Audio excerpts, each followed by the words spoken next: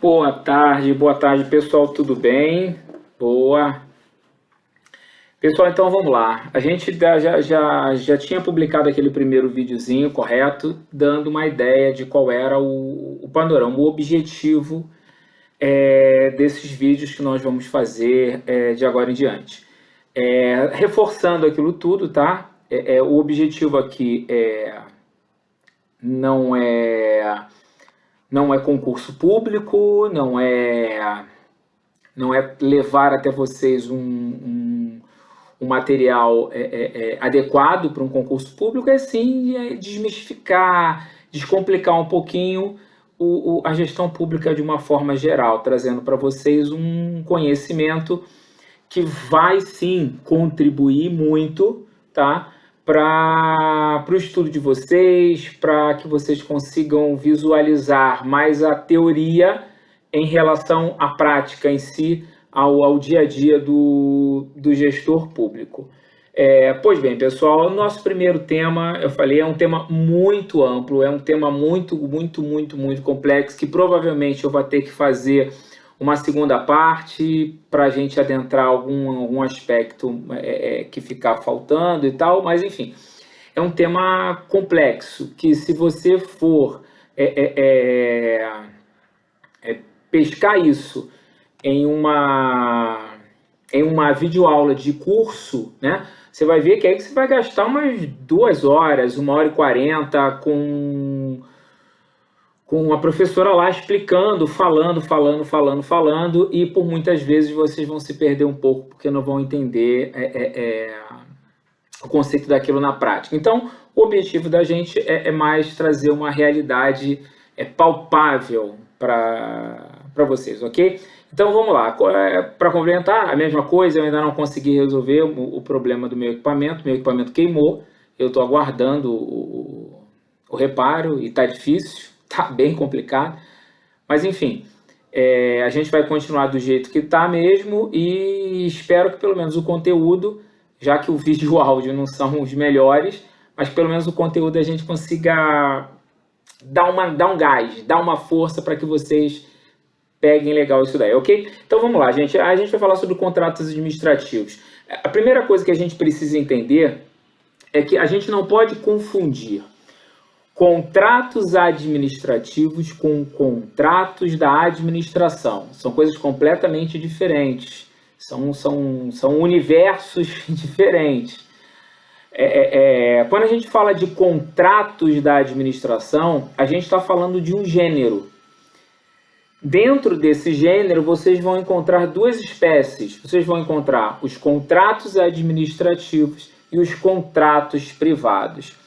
A primeira coisa que a gente precisa, e isso acontece muito, esse equívoco acontece muito da pessoa falar sobre contratos da administração quando realmente quer falar sobre contratos administrativos.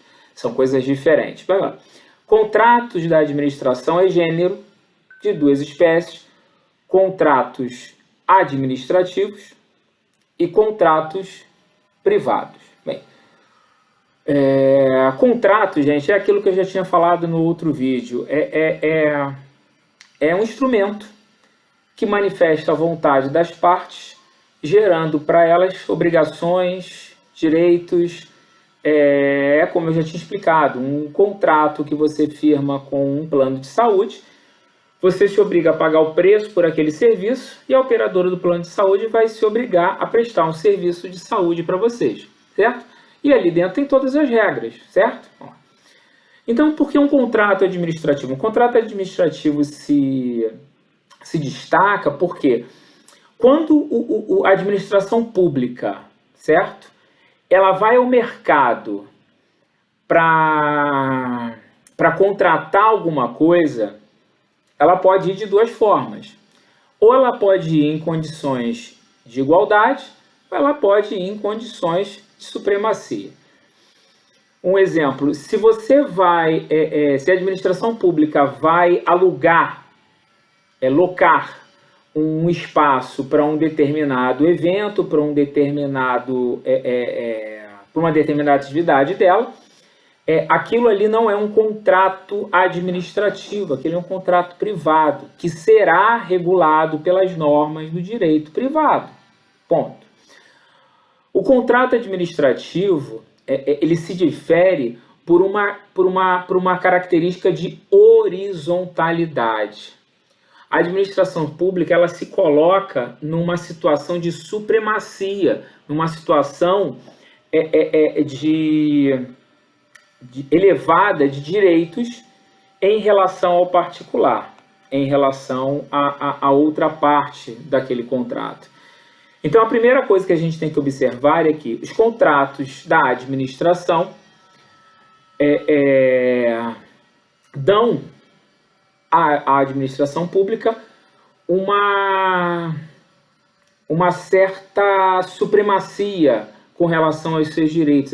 Ele prevê, ele determina, ele garante determinados direitos à administração pública que não é dado ao particular.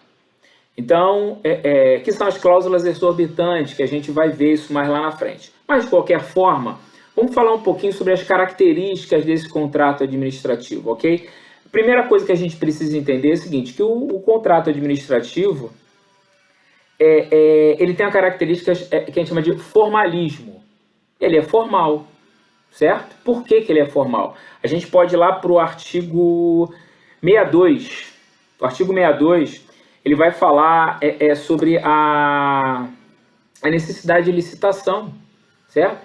Então você só pode ter um contrato mediante um processo licitatório. Esse formalismo, ele é absoluto? Não, muito pelo contrário, não é? Por que ele não é absoluto? Porque a mesma lei, e aí eu vou fazer um paralelo aqui para que a gente entenda uma coisa que é extremamente importante mesmo. Pessoal, tudo que a gente falar de agora até o final, a gente vai falar sobre a Lei 8666, certo? E quando a gente fala de contratos administrativos, a gente está falando sobre o artigo 54 ao 80. Então, a gente vai estar falando, tudo que a gente vai estar falando aqui, a gente vai estar preso, ligado à Lei 8.666 de 1993, do artigo 54 ao artigo 80. Se vocês ainda não sabem disso, é importante saber. No dia 1º de abril agora de 2021, houve a Lei 14.133, certo? É a nova lei de licitações e contratos. Essa lei já está em vigor, mas ela só revoga tanto a lei 8.666 quanto a 10.520, que é de pregão, daqui a 2 anos. Então, de agora a 2 anos, nós vamos ter essa vida aí de 2 legislações vigentes para tratar sobre o mesmo assunto. E elas são um pouco bem diferentes, tá? Na lei nova, na 14.133 de 2021, os contratos eles estão previstos do artigo 89 ao 139, tá? Mas, enfim, como tem algumas diferenças e hoje em dia ela não está, as duas estão vigorando, a gente vai falar sobre a 8666, que é a que mais está sendo aplicada agora, tá? No dia de hoje, né? E sempre que possível a gente vai fazer, nos nossos próximos encontros, a gente vai fazer algum paralelo da lei 8666 com a lei 14.133, que é a lei nova, tá bom? Mas, de qualquer forma, tudo que a gente falar a partir de agora, a gente vai estar citando exatamente a lei de licitações de 8.666 de 93. Ok? Beleza. Então, dando continuidade, a gente estava falando sobre formalismo. Então, o formalismo é isso. O contrato ele é precedido de uma licitação, certo? Mas essa licitação ela é absoluta? Ou seja, para eu fazer um contrato eu tenho obrigatoriamente que ter uma licitação? Não, claro que não, porque a própria lei ela vai te dar lá as exceções, que são as contratações diretas, né? Que é a inexigibilidade de licitação, está lá no artigo 25, e a dispensa de licitação, que está lá no artigo 24. Então, existe a possibilidade de você ter um contrato sem uma licitação. ok? Então, a primeira característica desse contrato administrativo é o formalismo, ok? Ele é formal. Tá, bom. Luiz, mas me dá um outro exemplo de formalismo. A gente vai lá para o artigo 60, pessoal. O artigo 60, parágrafo único, ele fala que o contrato ele é escrito, certo? Então, a regra é que todo contrato administrativo ele seja escrito, ok? Tá. Mas, mais uma vez, né, toda regra tem uma exceção, certo? E não seria diferente disso. O contrato administrativo ele pode ser verbal? Pode ser verbal, desde que ele atenda 2 requisitos cumulativos, ok? Esses 2 requisitos têm que se apresentar no mesmo momento, que são eles: pequena monta, valor pequeno, pequena monta, e pronto pagamento.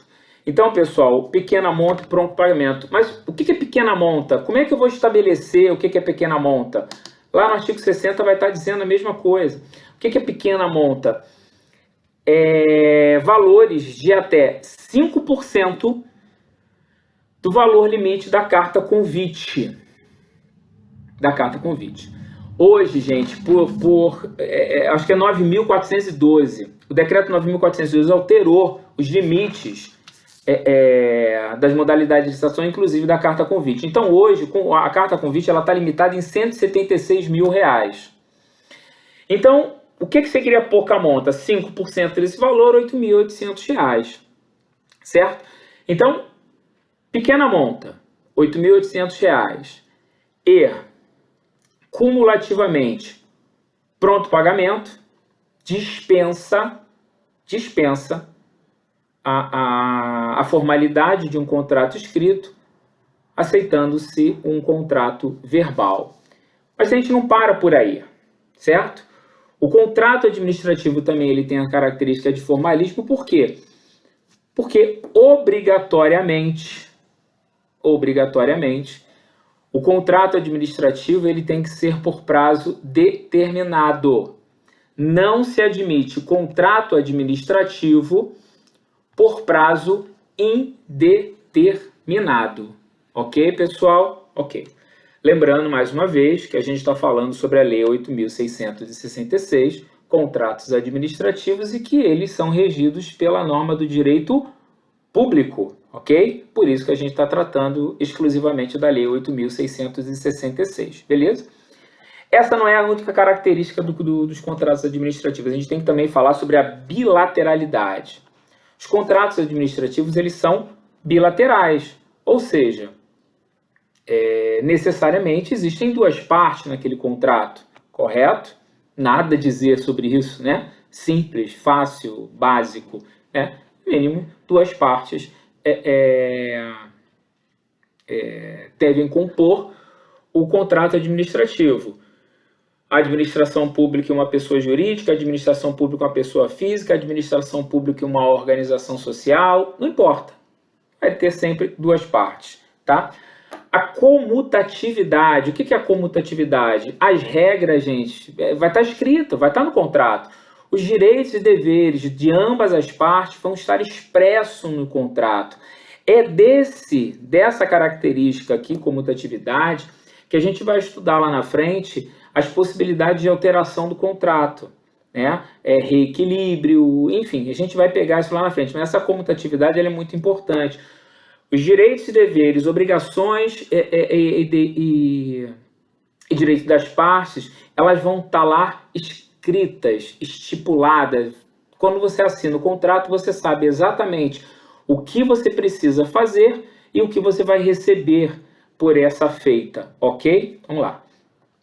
O contrato administrativo, ele também é personalíssimo, ou seja, só quem assinou o contrato, quem firmou o instrumento, terá por que executar o contrato, né? Aquilo não pode ser passado para um terceiro. também não é absoluto. Existe lá no artigo 76 a 78 as possibilidades de você subcontratar, certo? Mas essa situação da subcontratação, ela precisa ter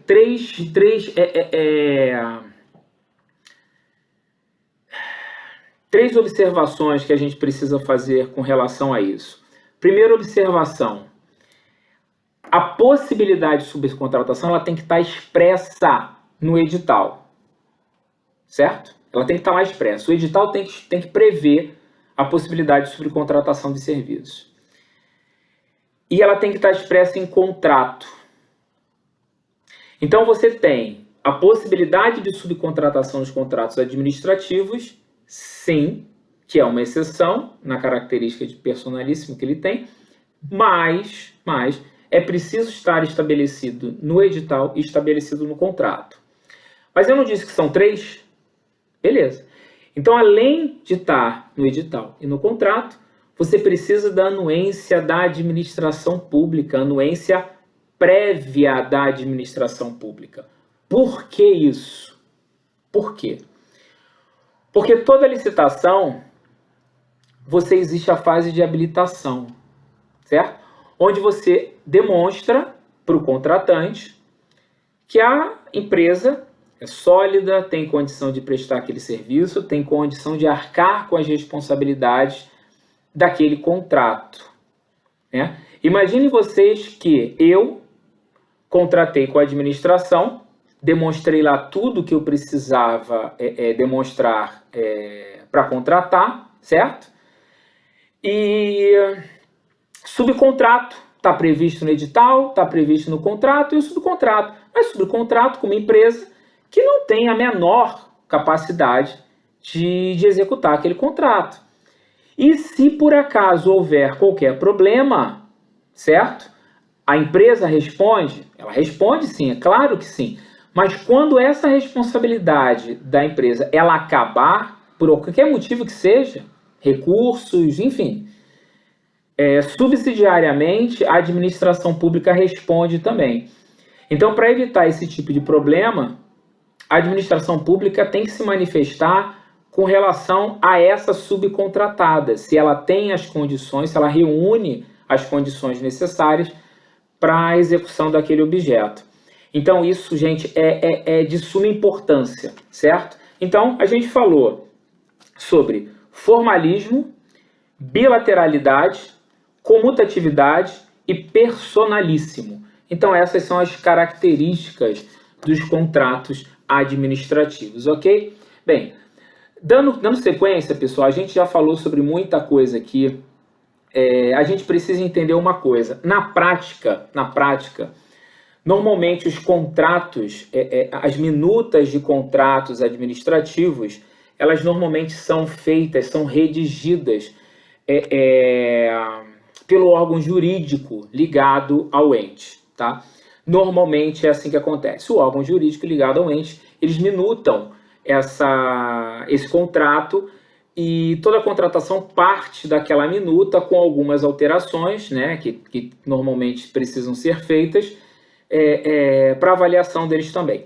Mas o que é importante dizer é que todo contrato administrativo, lá no artigo 55 da Lei 8.666, vocês vão encontrar lá as cláusulas, todas as cláusulas que são necessárias, absolutamente necessárias, num contrato administrativo. E você vai ver lá coisas como o prazo de início, né, da etapa da execução. Você vai ver por conta de qual crédito aquele contrato vai ser executado. Tem lá a disposição correta de que o contrato foi firmado e que o empenhamento daquela despesa, ou seja, o crédito para aquela despesa, foi feito através do empenho tal. Enfim, é importante que vocês leiam, são muitas, tá? São muitas. As garantias, são muitas.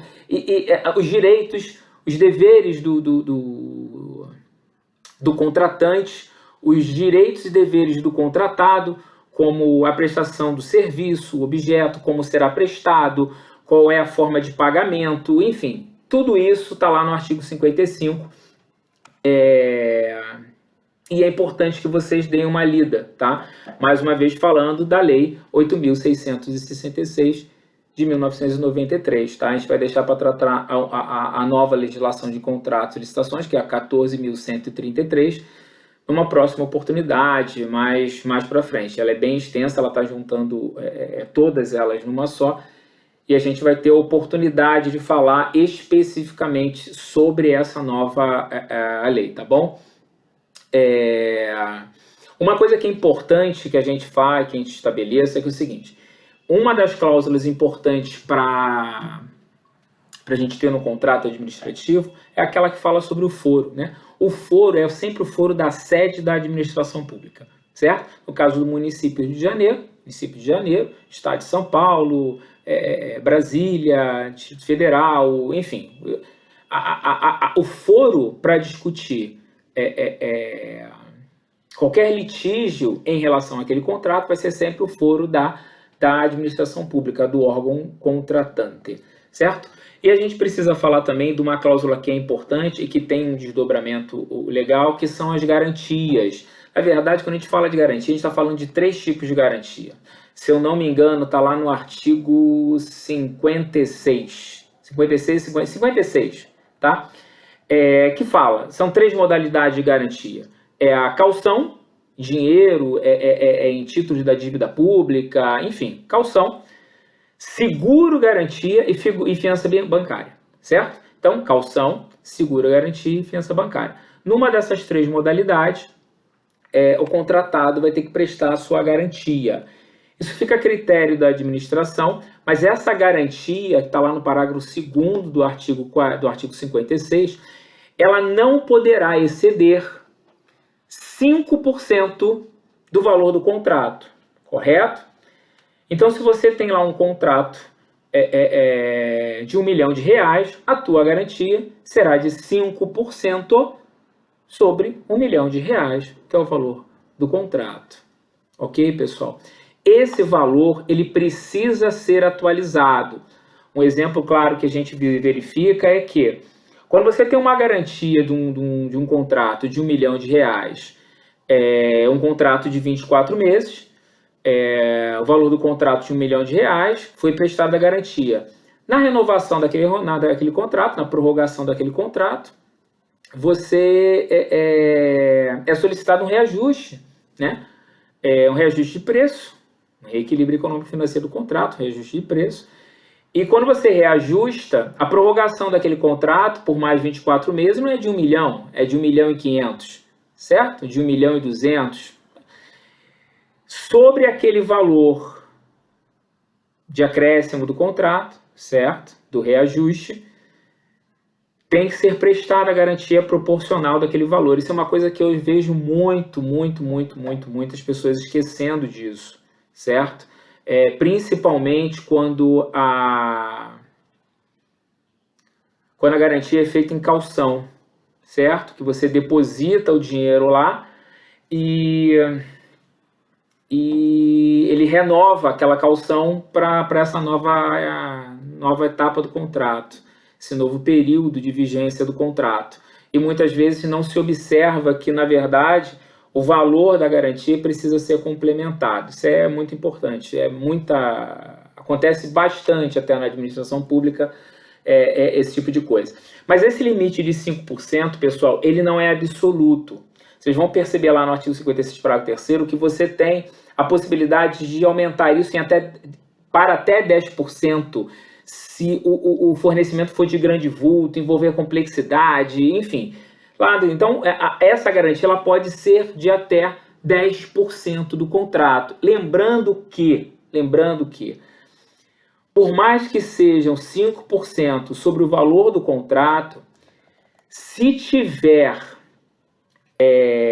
bens que ficarão sob a guarda do contratado, o contratado ficará como depositário desses bens, o valor desses bens tem que compor a garantia, ok, pessoal? Isso é importante para que a gente não esqueça. Por muitas vezes a gente não identifica isso, é importante a gente saber. E essa garantia ela só vai ser liberada, só vai ser devolvida, certo?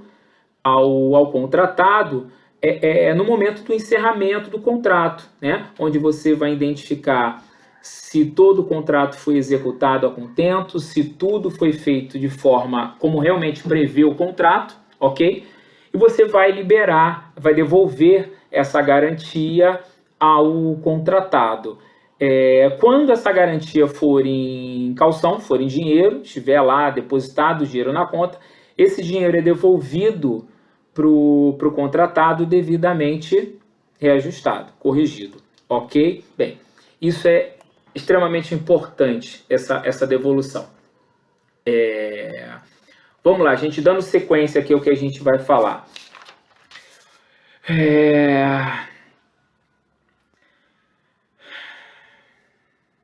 A duração, pessoal, eu passei aqui, deixa eu voltar um pouquinho para falar sobre a duração dos contratos, certo? A gente tem lá no artigo 57, eu ia falar isso lá atrás quando eu falei dos contratos e acabei não falando. A gente tem lá, pessoal, no artigo 57, a gente fala sobre a duração dos contratos. E a duração dos contratos, ela está adstrita, ligada, presa, vinculada aos respectivos créditos orçamentários. Ou seja, se não há crédito orçamentário, eu não posso contratar, ok? Todavia, toda regra tem uma exceção. Então, para os projetos, produtos que sejam contemplados em metas estabelecidas no plano plurianual, certo? A gente vai fazer uma aula sobre orçamento, mas enfim, tudo aquilo que estiver estabelecido no plano plurianual, os contratos poderão ser prorrogados se houver interesse da administração e desde que tenha previsão no ato convocatório.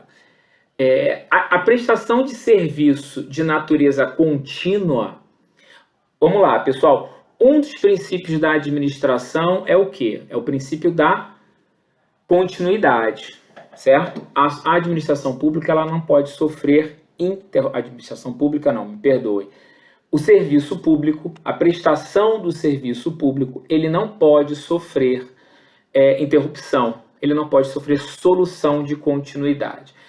Então, existem determinados serviços, existem determinadas compras, aquisições, que elas não podem ser interrompidas.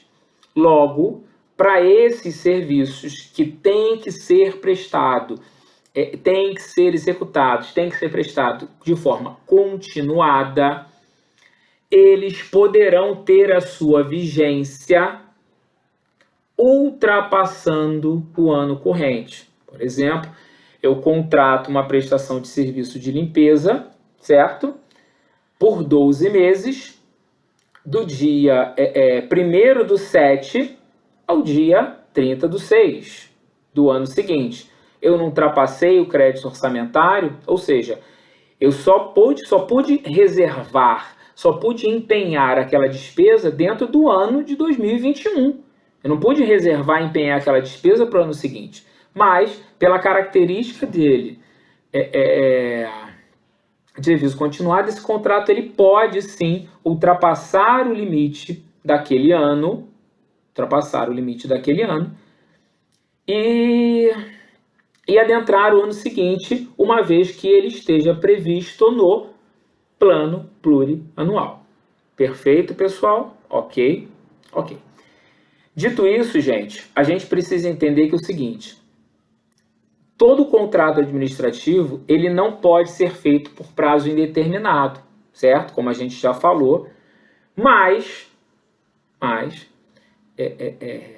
ele encontra limites, certo? Temporais. Os limites para contratação e prorrogação dos contratos administrativos, ele em regra são de 5 anos. Então, se você tem um contrato administrativo hoje, você assina lá um contrato, prestação de serviço de limpeza, não importa, uma contratação qualquer. A vigência desse contrato será de, no máximo, 5 anos, 60 meses. Certo?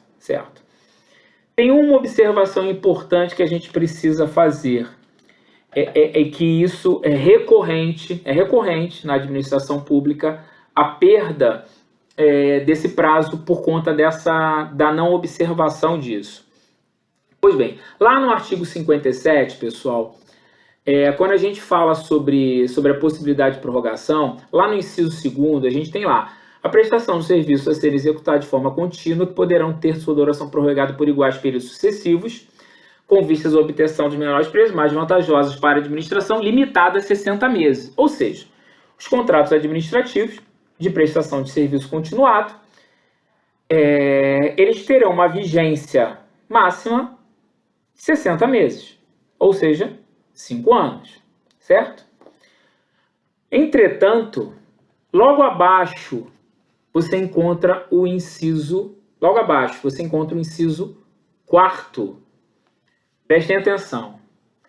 Ao aluguel de equipamentos e à utilização de programas de informática, podendo a duração estender-se pelo prazo de até 48 meses. Então, pessoal, entendo. Locação de equipamentos de informática, locação de impressoras, aluguel de computadores, utilização de programas de informática, software de uma forma geral, certo? Eles encontram um limite diferente desses 60 meses, eles encontram um limite de 48 meses. Qual é a importância disso? Por muitas vezes a gente perde o momento adequado da prorrogação de um contrato de locação de impressora, porque a gente tem na cabeça que é 5 anos, é 5 anos, é 5 anos. Eu estou trabalhando com prestação de serviço de locação de impressoras e chega a 48 meses, a gente manda lá o nosso processo para a Procuradoria avaliar a possibilidade de prorrogação e nos surpreende uma negativa, dizendo que não pode mais ser prorrogado, haja vista essa situação. A gente vai falar sobre isso, pessoal, que assim, esses 60 meses, como quase tudo, eles não são absolutos. Admite-se uma prorrogação por mais 12 meses, que está lá no artigo 60, se eu não estou enganado. Deixa eu dar uma olhada aqui. Eu preciso dar uma olhada aqui, gente. Eu vou trazer isso para vocês já já. Eu não sei, eu não estou lembrado aqui certo qual é o artigo. Mas enfim, acho que está aqui, peraí, acho que eu achei. Aqui, ó. Não é o 60 não, pessoal. Desculpa aqui, mas não é o 60 não. A gente está aqui, ó. A gente está indo no artigo 57, ok? Artigo 57. Parágrafo 4º. Artigo 57, parágrafo 4º. Em caráter excepcional, devidamente justificado e mediante autorização da autoridade competente, o prazo de que trata o inciso 2º,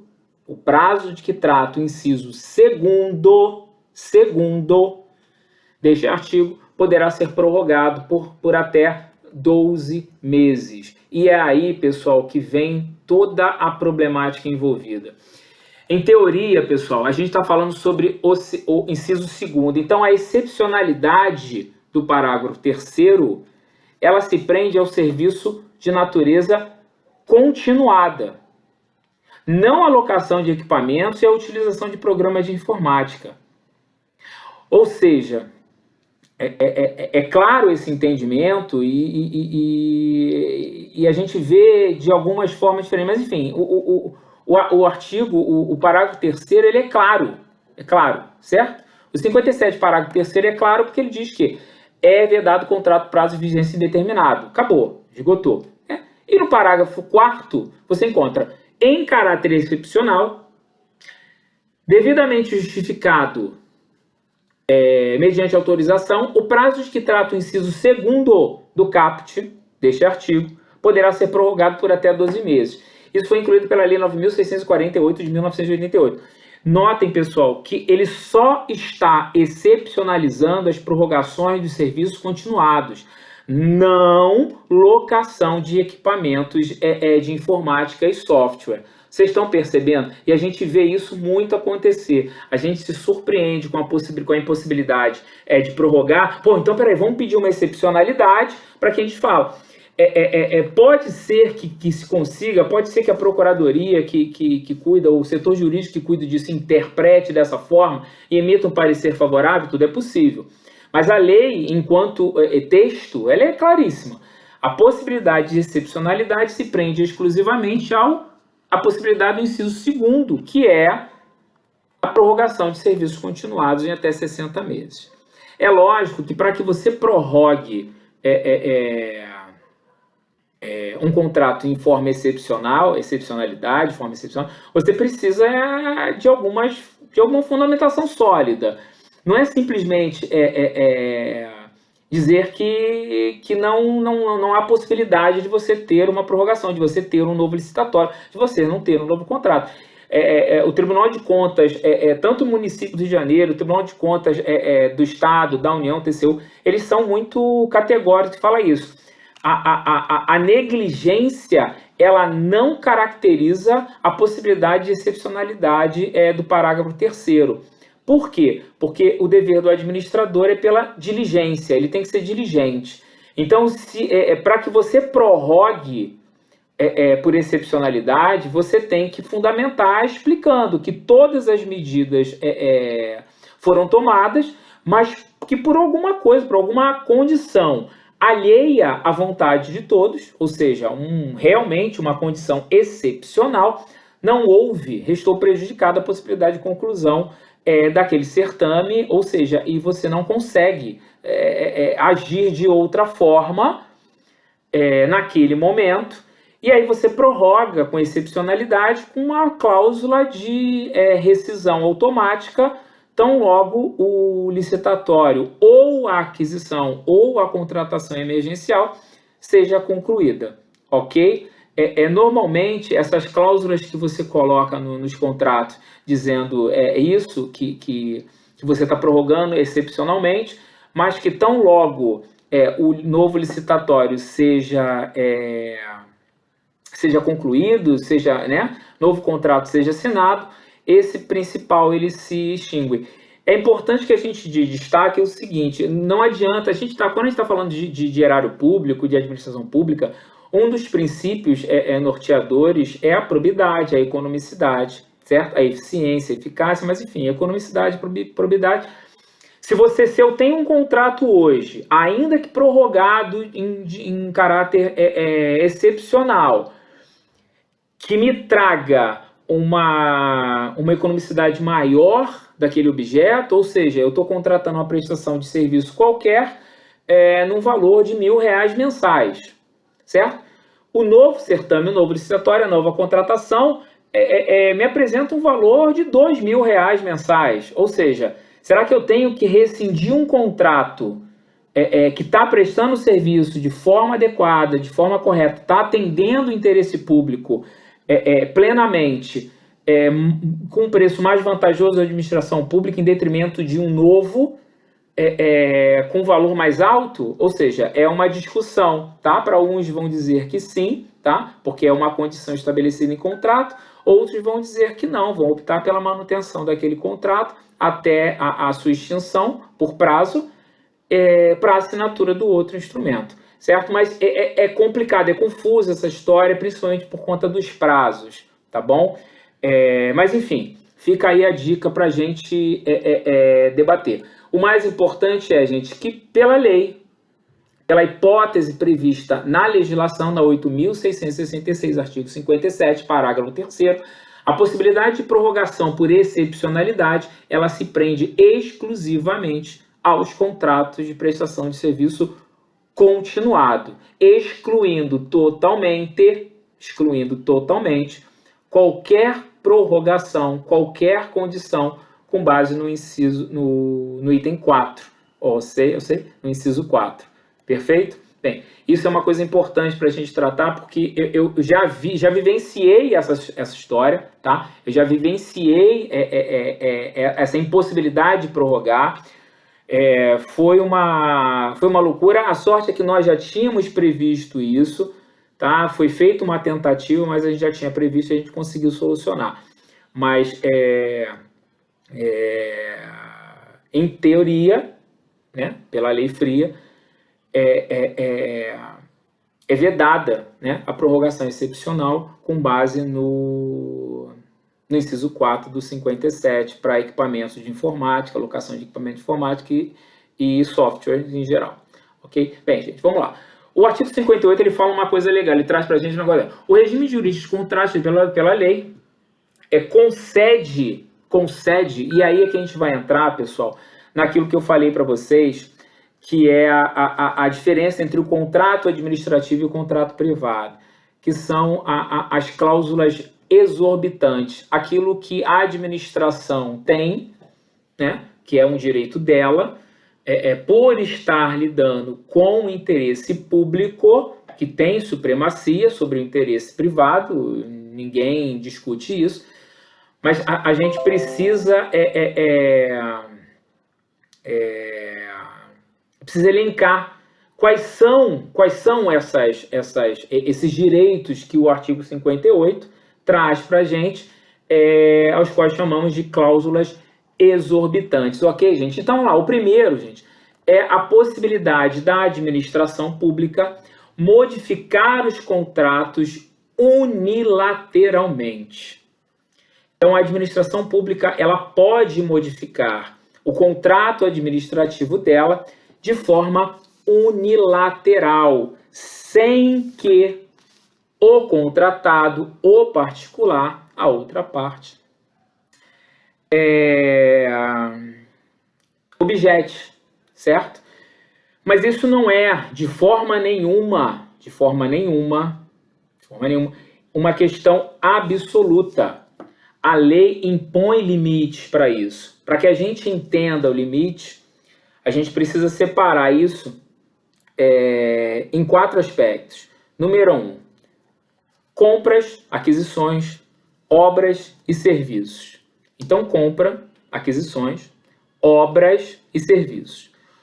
Quando a gente tem esses 3 aqui, a gente tem a possibilidade de acréscimo e a possibilidade de supressão, ok? Então, compras, obras e serviços. Então, quando a gente fala de uma modificação unilateral, a gente está falando sobre 2 aspectos. O aspecto quantitativo e o aspecto qualitativo, ok? Então, primeiramente, a gente precisa identificar isso.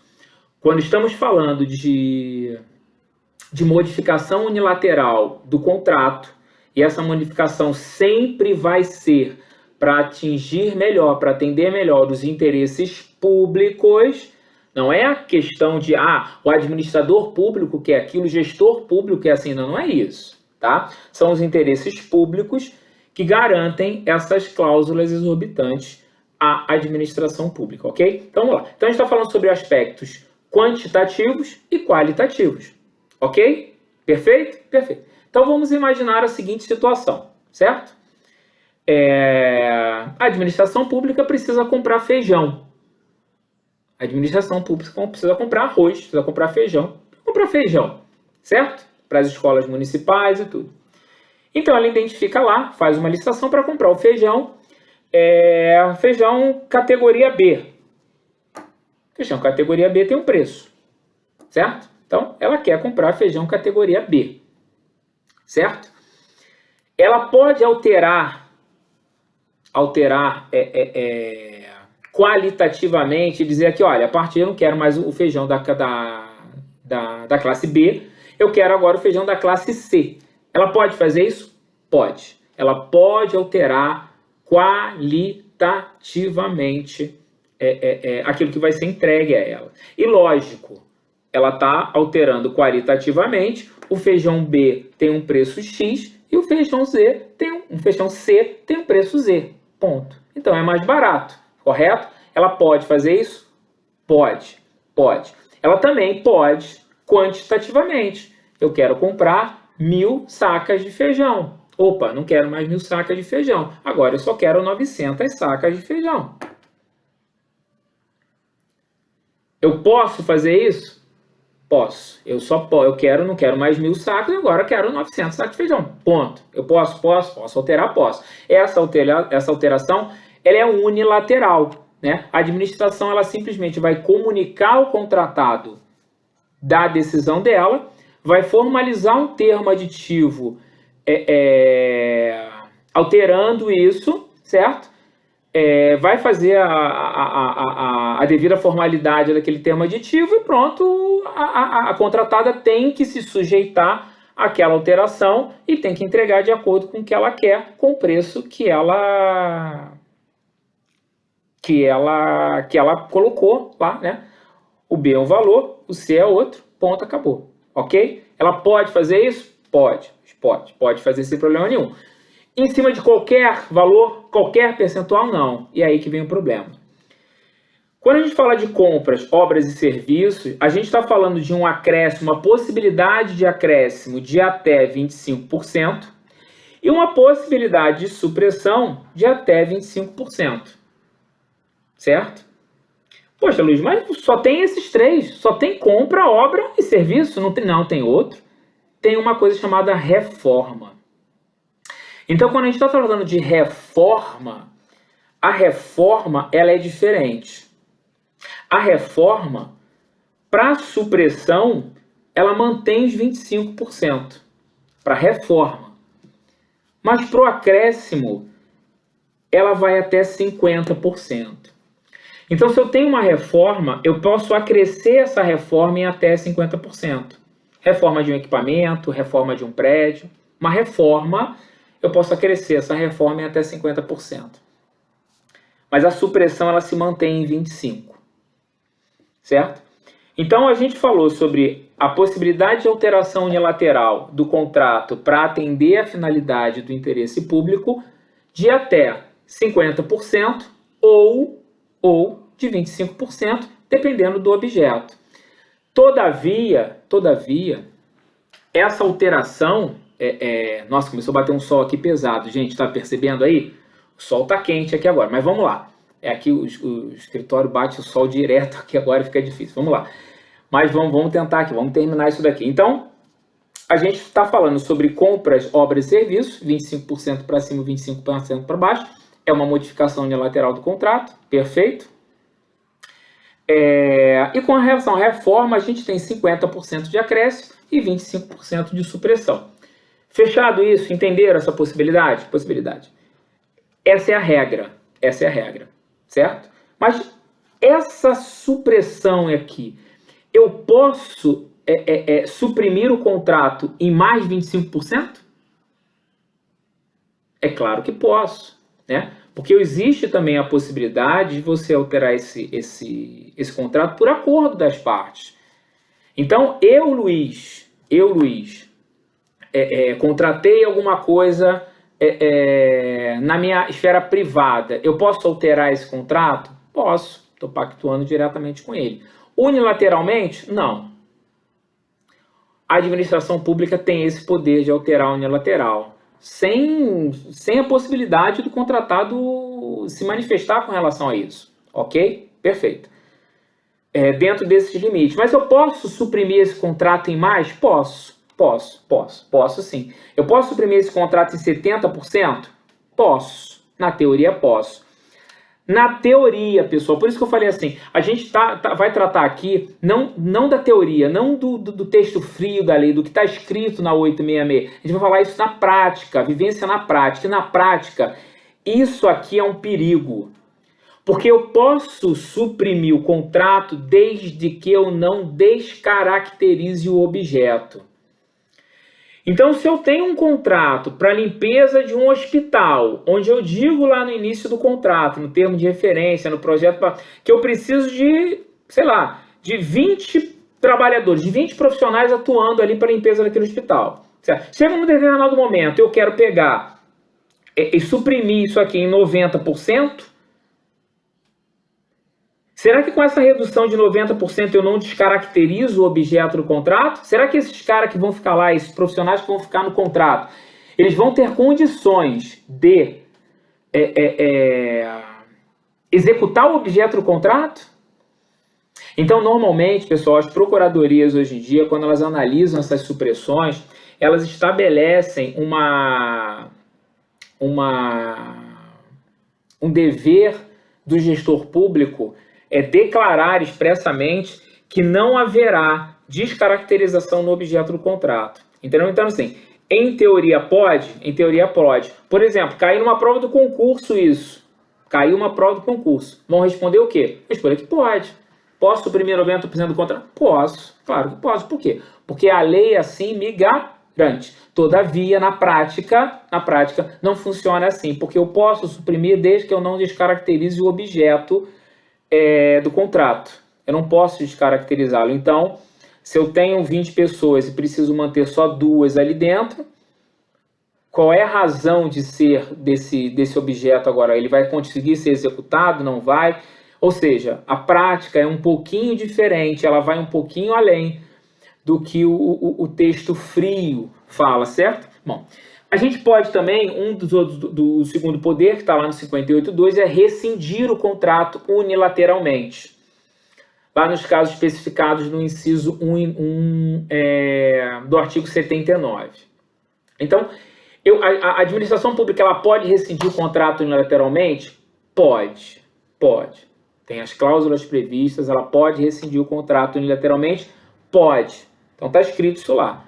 Todavia, para que a administração pública rescinda o contrato, é necessário que ela fundamente,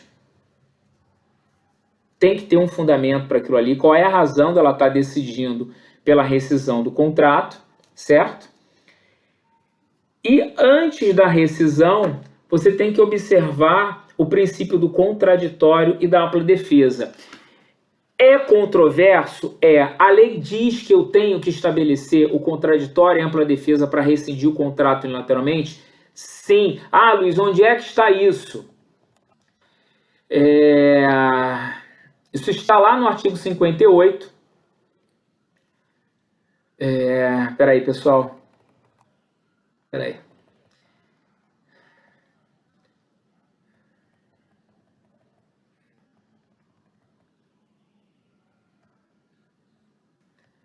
Literalmente está aqui, pessoal, olha só. Está lá no artigo... Está lá no artigo... Eita, agora perdi aqui. Cara, estava aqui na língua aqui, agora eu perdi, pessoal. Deixa eu ver só onde é que está esse bendito aqui.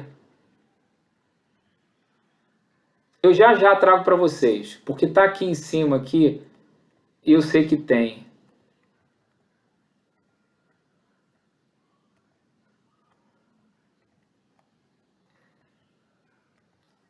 Enfim, pessoal, eu vou trazer isso para vocês aqui, tá?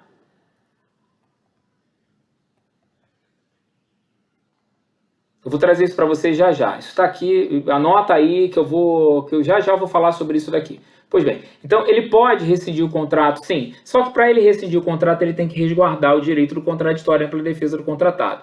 Então você vai ter que comunicar ao contratado do fato que está ensejando a possibilidade de rescisão unilateral e aguardar o prazo contraditório e você analisar. Na prática, pessoal, isso é uma grande bobagem. Tem que ser cumprido, tá lá escrito, ninguém está discutindo isso. Mas na prática é uma grande bobagem pelo seguinte, quando você estabelece que o cara descumpriu alguma coisa que enseja a rescisão unilateral daquele contrato, que você fundamenta, especifica, você manda para ele. A menos que ele traga alguma condição, alguma situação, alguma justificativa, né, que culpe a administração pública, ou que pelo menos que a administração pública tenha concorrido para aquele desfecho, a administração pública vai rescindir o contrato e PT saudação. Ponto. Não tem muito o que falar, certo? Então ela vai fazer e ponto. Tá? Outra prerrogativa que a gente tem, eu vou falar mais sobre essa rescisão do contrato mais lá na frente, Anotem aí e aguarde. Outra coisa importante é o poder-dever. Anotem isso, gente. Não é uma opção, é um poder-dever de administração fiscalizar a execução dos seus contratos. A administração ela é obrigada a fiscalizar a execução dos contratos. Não é uma opção, não, tá? E por muitas vezes a gente percebe que é tratado com desdém, é tratado de uma forma que não é a melhor dentro daquele conceito, mas é um poder de fiscalizar. Como é um poder, pessoal, um poder, a OAB gosta muito de falar isso, os concursos gostam muito de falar sobre isso. Na verdade, como ele é um poder, e quando ela deixa de fazer, ela está agindo com abuso de direito, abuso de poder. É uma questão que a gente pode tratar num outro momento, fiscalização de contratos administrativos. Quem tiver interesse nisso, comenta lá, posta lá, que a gente fala sobre essa fiscalização de contratos administrativos. É uma coisa complexa, mas é muito interessante, principalmente pelos aspectos da responsabilização dos fiscais. Os fiscais de contrato, eles têm uma responsabilização bem significativa, bem alta dentro desse contexto, e por várias vezes são esquecidas ou não são comentadas, beleza? Outro aspecto das cláusulas exorbitantes do contrato é que a administração pública ela pode aplicar sanções motivadas pela inexecução total ou parcial do que foi ajustado, do que foi pactuado, do contrato. Então, se uma empresa tem que, por exemplo, eu contrato uma empresa de limpeza, onde a empresa de limpeza tem que colocar lá 10 funcionários para limpar uma escola, por exemplo, e ela durante um mês tal, ela em vez de 10, ela só coloca 6, certo? Aqueles 4 que ficaram faltando, e aí é uma questão que a gente também precisa entender. Para alguns isso acontece, para mim não, eu sou completamente contrário a essa teoria, certo? Porque para alguns juristas, inclusive, para alguns administradores públicos, alguns gestores públicos, eles entendem o seguinte, que se a empresa descumpriu uma cláusula como essa, por exemplo, eu tenho que colocar lá 10 funcionários para executar um objeto e naquele período eu só coloquei 4. Opa, ficou faltando 6. Pô, peraí. Então, primeira coisa, você não vai pagar por esses 6 naquele mês, você só vai pagar pelos 4, certo? Certo? Tá todo mundo alinhado? Por que eu estou falando isso? Eu contratei 10, mas naquele mês específico só trabalharam 4, faltaram 6. Por esses que faltaram, eu tenho que pagar alguma coisa para a contratada? É claro que não. Porque se eu pagar, é enriquecimento sem causa, enriquecimento ilícito. Uma vez que não houve a prestação de serviço, se eu estou pagando, aquela contratada está se enriquecendo, ou seja, está ganhando um dinheiro para o serviço que não foi prestado. Então, em primeiro lugar, eu tenho que descontar aquilo ali. Então, o desconto pelos funcionários que não se apresentaram durante aquele mês é uma questão meramente retributiva, ok? A retribuição pela prestação do serviço, ela é feita na mesma medida em que o serviço é executado. Se o serviço não é executado, eu não tenho que pagar, ponto, certo? Outra coisa completamente diferente, e que aí vem aqui para o inciso 4º, certo? É quanto às penalidades a serem aplicadas. As penalidades a serem aplicadas é pelos prejuízos causados e não pela falta, não pelo descumprimento contratual. Então, para algumas pessoas, para alguns, enfim, alguns administradores públicos ou alguns juristas, eles entendem que se você desconta da empresa pelo serviço que não foi feito e pune aquela empresa, você está incorrendo em bis in idem. Você está penalizando a empresa 2 vezes. Eu não concordo com isso. Não concordo. Uma coisa é eu não pagar pelo serviço que não foi prestado. Acabou. Erário público, dinheiro público, o serviço não foi prestado, não tem que pagar. Outra coisa completamente diferente é que, pela má qualidade do serviço prestado naquele mês, uma sanção tem que ser aplicada. Então eu entendo e eu ajo dessa forma, ok? Eu enquanto gestor público, eu primo por isso, eu ajo dessa forma, eu desconto e penalizo. Primeira penalidade vai lá numa advertência, que a gente vai entrar isso em outras oportunidades, provavelmente em fiscalização de contratos, se vocês entenderem que isso é pertinente, tá? Mas eu faço o desconto daquilo que eu não paguei, daquilo que do serviço que não foi prestado, certo? E faço uma penalização pela má qualidade do serviço prestado. Ou seja, o serviço prestado ele não foi a contento, ele não satisfez aquilo que se esperava. E por essa insatisfatoriedade, aplica-se uma punição, certo? Que pode ir de uma advertência até o limite de uma declaração de inidoneidade, ok? Mas a gente vai falar sobre isso em um momento mais oportuno com relação à fiscalização de contrato. A administração ainda pode, no caso de serviços essenciais, ocupar provisoriamente bens imóveis pessoal vinculados, serviço aberto. Ela pode ir lá e tomar aquilo ali para que o serviço público não sofra aquilo que a gente já falou, que é a solução de continuidade. O serviço público, o interesse público, ele tem que ser atendido. Então, ela pode, no caso de serviços essenciais, entendeu? Essenciais. Ela pode ir lá e ocupar provisoriamente os bens móveis e imóveis, o pessoal que está lá dentro, os serviços vinculados, e atuar de forma direta é um poder disso, certo? Vamos lá, pessoal. Artigo 59, ele fala uma coisa legal, que olha só, a declaração de nulidade do contrato administrativo opera retroativamente, impedindo os efeitos jurídicos que ele, contrato, ordinariamente deveria produzir, além de desconstituir os já produzidos. Nossa, né? Então vamos lá, pessoal. Se eu tenho uma declaração de nulidade de um contrato é nulo, né? Vamos imaginar que um contrato tenha sido firmado por alguém incompetente. Vamos trabalhar com essa palavra incompetência, pessoal, não de forma a denigrir alguém, ok? Simplesmente de forma a dizer que aquela pessoa que firmou o contrato não tinha a atribuição, a competência para assinar o contrato, ok? Então vamos imaginar uma situação dessa, tem várias, ok? Vamos lá. Tá? Então a declaração de nulidade do contrato administrativo opera retroativamente. Então ela opera retroativamente e anula tudo. Perfeito? Anula tudo. Certo? Então não tem que pagar nada. Ok? Ok, a leitura me diz isso. Mas isso é uma verdade absoluta? É claro que não. Por quê?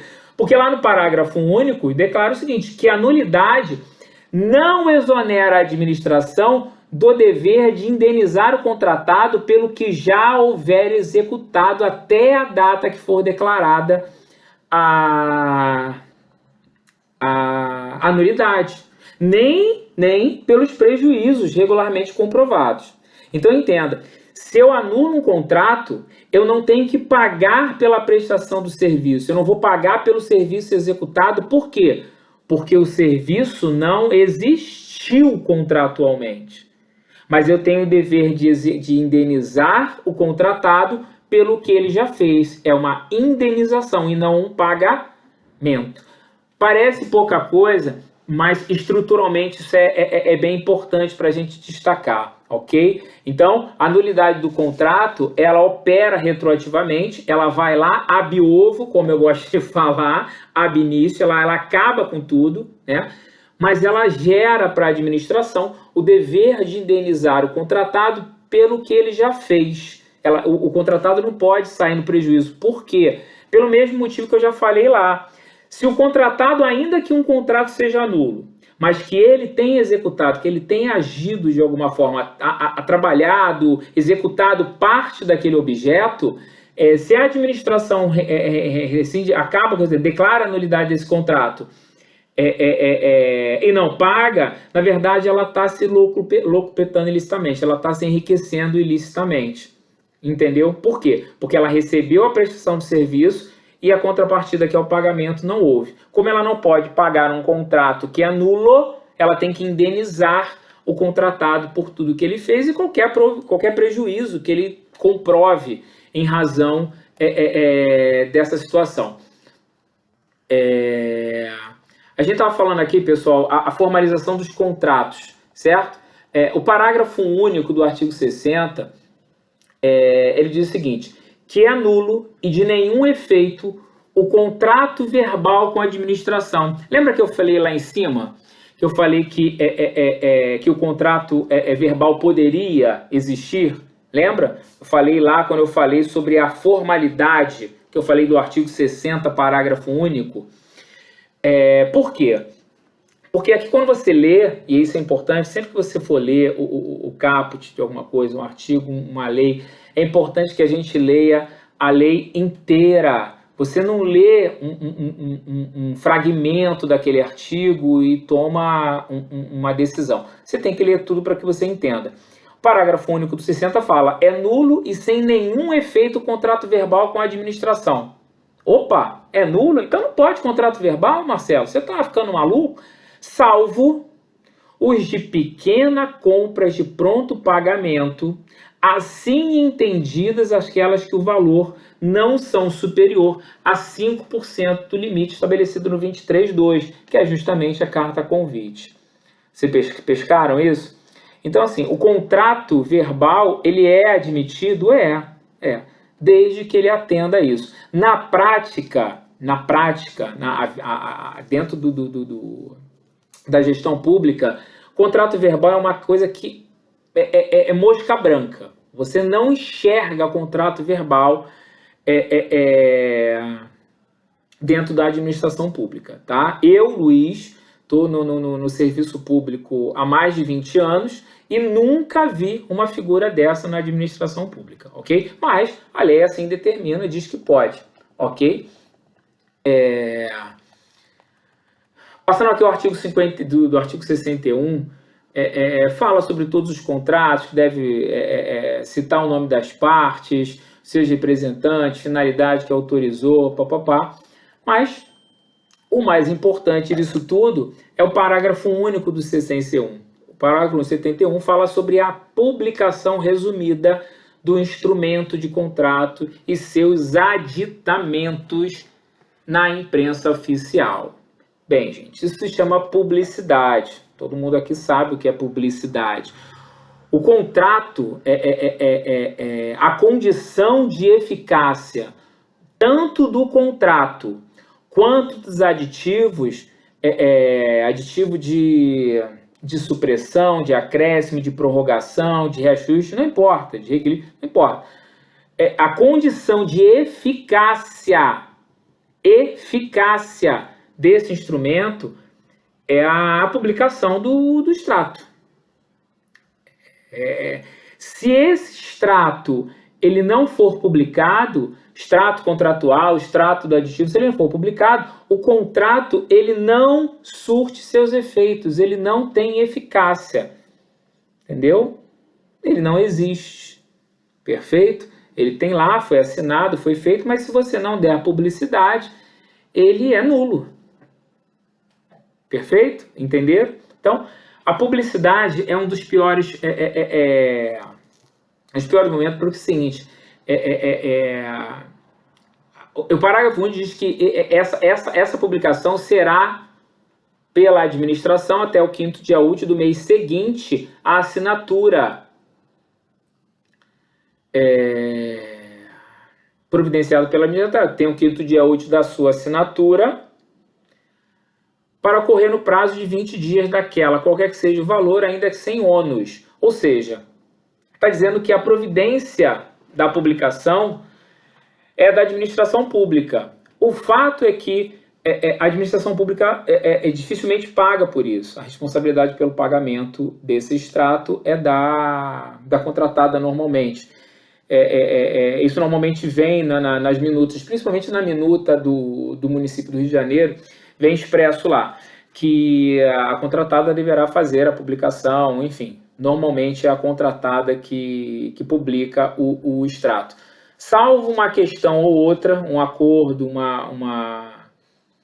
um acordo para que a administração pague isso, tem que ser demonstrado que aquilo é vantajoso para a administração pública. Então, ela pode assumir porque o artigo assim diz que pode, mas normalmente quem paga isso é a contratada, ok? Vamos lá, pessoal. Vamos adiantar um pouco aqui. Vamos lá. Agora, não confundam contrato verbal com inexistência de contrato. Vocês entenderam isso? Pessoal, uma coisa é o contrato verbal. Quando eu falei assim, essa é mosca branca, eu nunca vi isso. Mas não confundam o contrato verbal com a inexistência. Lá no artigo 62, parágrafo 4º, vocês vão ler o seguinte, que é dispensável o termo de contrato, olha só. Então, quando a gente está falando que é dispensável o termo de contrato, ele não existe nem formal, nem verbal. Simples. É dispensável o termo do contrato. Então, eu posso ter uma contratação sem contrato? Posso. Simples. Posso. Desde que eu atenda isso daqui. É dispensável o termo de contrato e facultada a substituição prevista neste artigo, a critério da administração pública, independente do seu valor, no caso de compras com entrega imediata e integral de bens adquiridos, dos quais não resultem obrigações futuras, inclusive assistência técnica. E aí é que vem a pegadinha. Lembra que eu falei, a gente vai tratar com a prática. E não com o que está escrito. Certo? Vamos lá. É dispensável? É.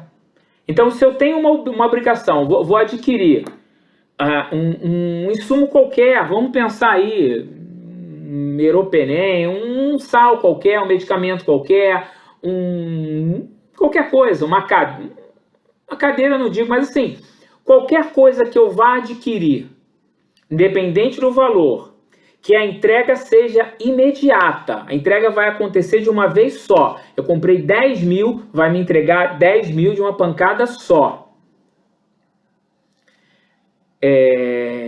Eu posso dispensar o contrato? Posso. Né? Eu vou ter lá o termo de referência dizendo toda a regra, tudo que eu quero, da forma como eu quero, e eu dispenso o contrato. Na prática isso acontece? Normalmente não. Em compras de valores maiores, pela própria complexidade, se determina a contratação. Mas em valores um pouco menores, situações mais cotidianas, a entrega daquilo é imediata. Todavia, pessoal, vamos imaginar o seguinte, eu quero comprar um software, eu quero comprar um software de um desenvolvedor qualquer que vai me dar aí uma estruturação. Quero comprar um software de... Uma coisa que está muito em moda agora, que as pessoas estão falando muito, de prontuário eletrônico. Eu quero comprar um software de prontuário eletrônico.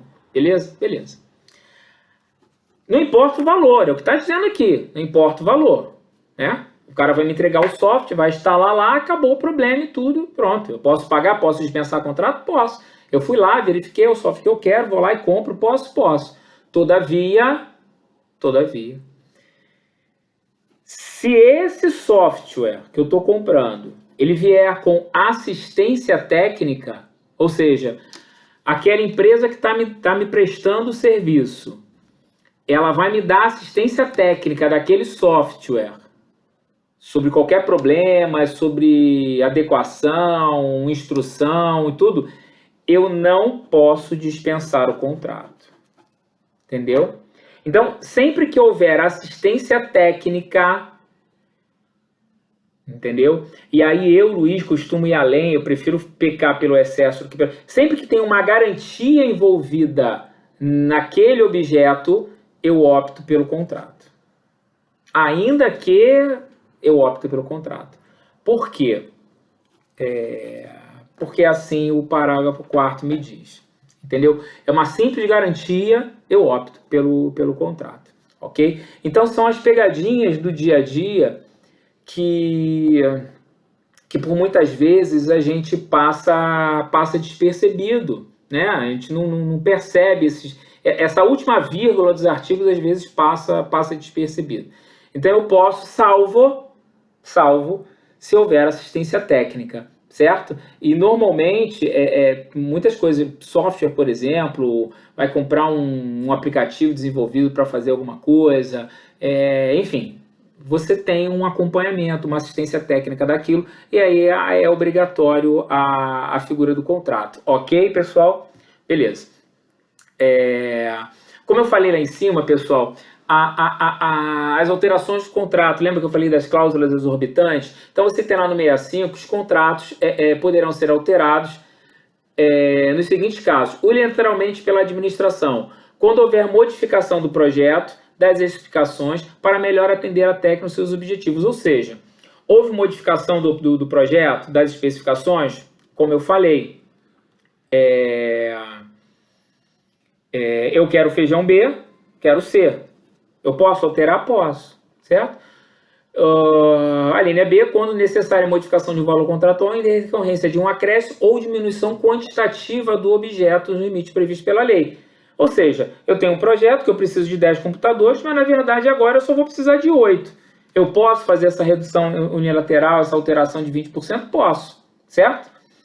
O inciso segundo é pelo acordo das partes, é aí que eu falei com vocês. Acordo das partes, eu posso suprimir esse contrato aonde eu quiser.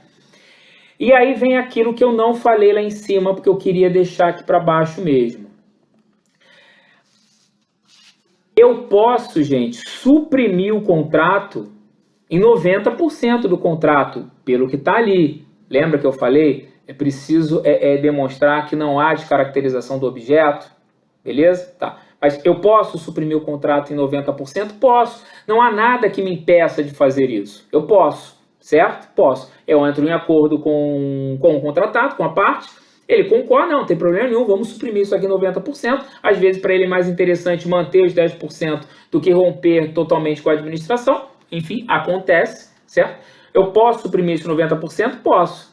Agora, eu posso acrescer além do limite de 25%? Ou 50% no caso de reforma? Não. É aí que está a pegadinha. Para suprimir, eu não tenho limite. Eu tenho limite na supressão quando é alteração unilateral, que eu tenho que me limitar a 25%, mas em comum acordo eu posso suprimir qualquer valor, certo? Mas para acrescer o objeto, para acrescer o contrato, eu tenho que me limitar aos valores expressos. Ou seja, para acrescer, eu só posso aumentar o contrato em 25%, no caso de compras, obras e serviços, ou 50% no caso de reforma. Só eu não posso, de jeito nenhum, acrescer o contrato além desses valores, certo? Não existe fundamento legal para isso, ok?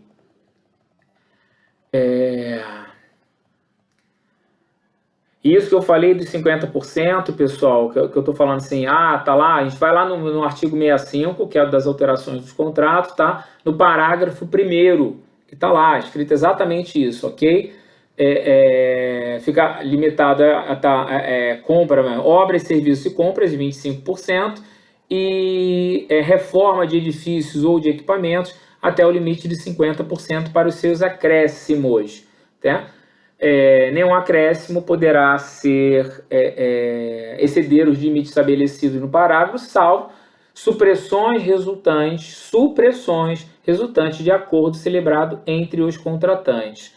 Ou seja, acréscimo de forma alguma poderá superar os limites estabelecidos na lei, certo? Lembrando que a lei que a gente está tratando é a 8.666 de 1993, ok? Sem problema, todo mundo está acompanhando. Bem, vamos lá, pessoal. A gente vai falar agora sobre a execução dos contratos, ok?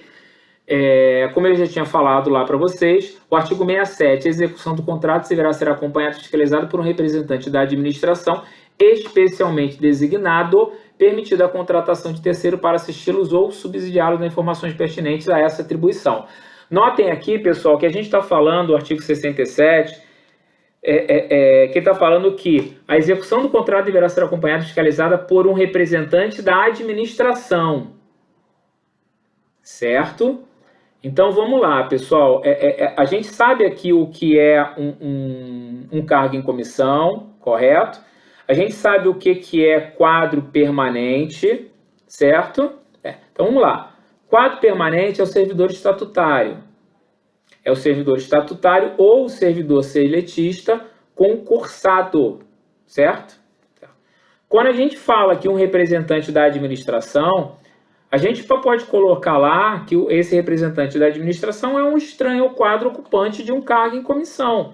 Não é um concursado, você entendeu? Ele pertence, ele é um representante da administração, mas ele não é um servidor público concursado pertencente ao quadro de servidores permanentes do município, do governo federal, do estado, enfim, não é.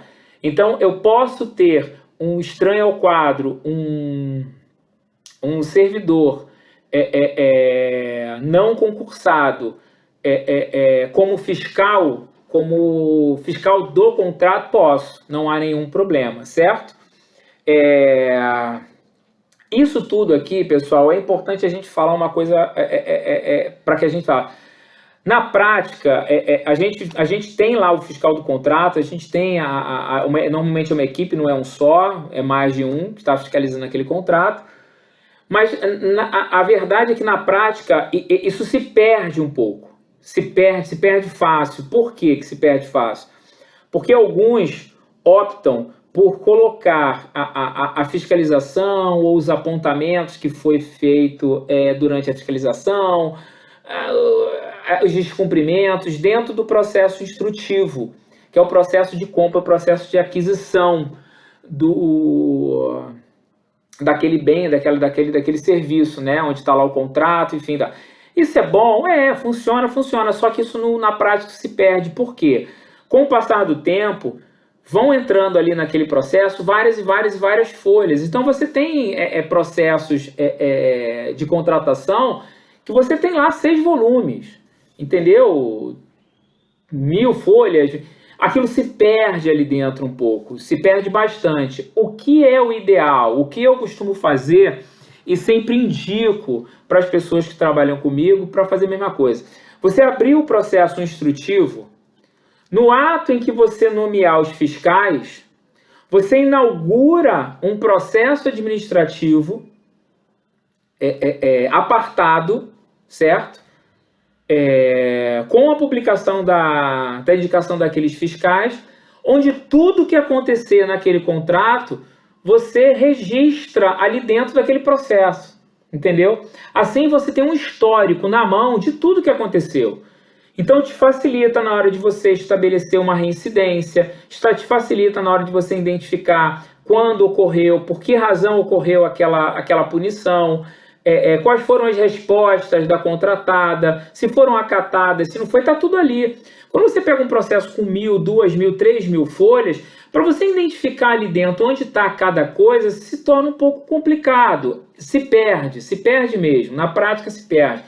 Então, o parágrafo 1º do 67 diz o seguinte: o representante da administração anotará em registro próprio todas as ocorrências relacionadas com a execução do contrato. Ou seja, se o registro é próprio, ele não é o contrato que formalizou o instrumento, não é o processo que formalizou o instrumento contratual, ele é um registro próprio. Então, nada mais correto do que você pegar, inaugurar, assim que você publicou, foi assinado o contrato, publicou a lista de fiscais, você inaugura junto com aquilo dali um outro processo administrativo com a capa, a segunda folha, a primeira folha é a capa, a segunda folha do processo vai ser a relação dos fiscais, certo?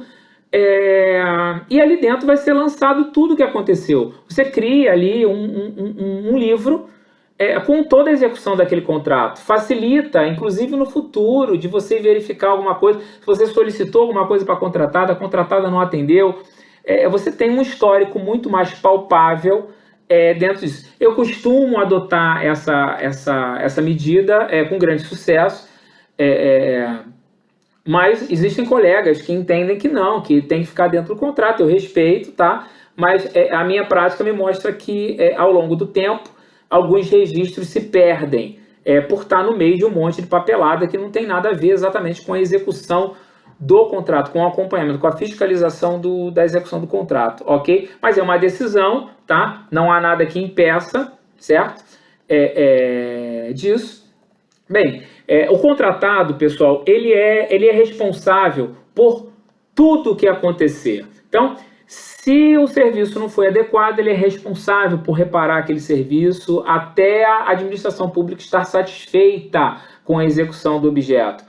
Se ele causar algum dano, ele é responsável. Ele é responsável pelos encargos trabalhistas, fiscais, comerciais, tarará, ele é contra tudo. Se você for lá no parágrafo 1º, parágrafo 1º do artigo 71, você vai ver lá que ele é responsável por isso tudo, que não transferindo à administração pública a responsabilidade pelo seu pagamento. Isso não é verdade, isso já caiu por terra. Por quê? Porque a administração pública ela tem uma responsabilidade que antes era solidária e que hoje é subsidiária. Ou seja, ela não responde solidariamente, mas ela responde subsidiariamente. Ou seja, se aquele que causou o dano não tiver condição de indenizar, a administração pública irá indenizar.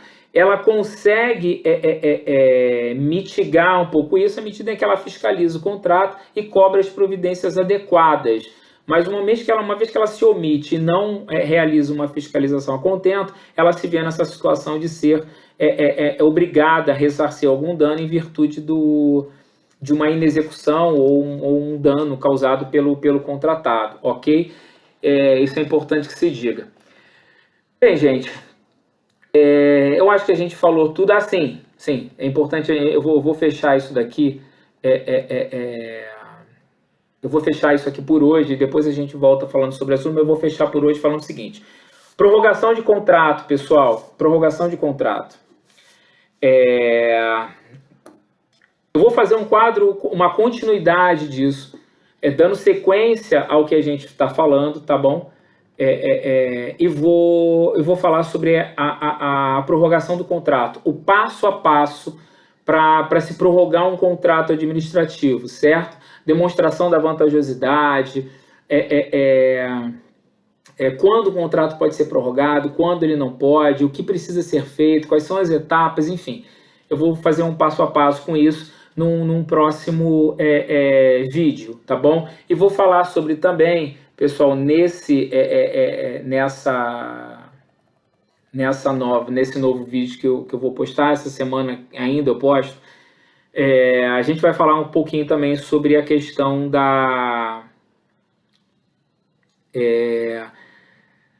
de como demonstrar a vantajosidade em caso a caso, né? Qual é a razão de ser da demonstração da vantajosidade, o porquê que ela existe e por que em alguns casos ela tem que ser feita de forma diferente, ok? Mas enfim, vou postar isso aqui e assim, pessoal, eu agradeço muito. Mais uma vez, o objetivo desses videozinhos que eu estou fazendo não é trazer para vocês conteúdo de concurso, é trazer para vocês um conteúdo prático, tirando um pouquinho da lei, mas falando sobre a prática dessa lei no dia a dia do gestor público, ok? Com isso que eu estou tentando trazer para vocês, com certeza vocês vão conseguir interpretar o direito administrativo dentro desse contexto que eu estou falando com mais familiaridade, porque vocês vão conseguir enxergar um pouco melhor isso, ok? Bem, se vocês gostaram, pessoal, dá um like, curte, compartilha, tendo dúvida de alguma coisa, manda e-mail, o e-mail está lá, ó. Lá embaixo, lá na descrição, vai estar lá o e-mail, vocês mandem um e-mail para mim, aí eu vou tentar responder. Chegaram já alguns, impressionante, logo no primeiro dia que eu postei o primeiro vídeo, só com a apresentação já chegaram alguns, e olha, vocês foram fantásticos, assim, muito obrigado mesmo pela força que vocês estão dando.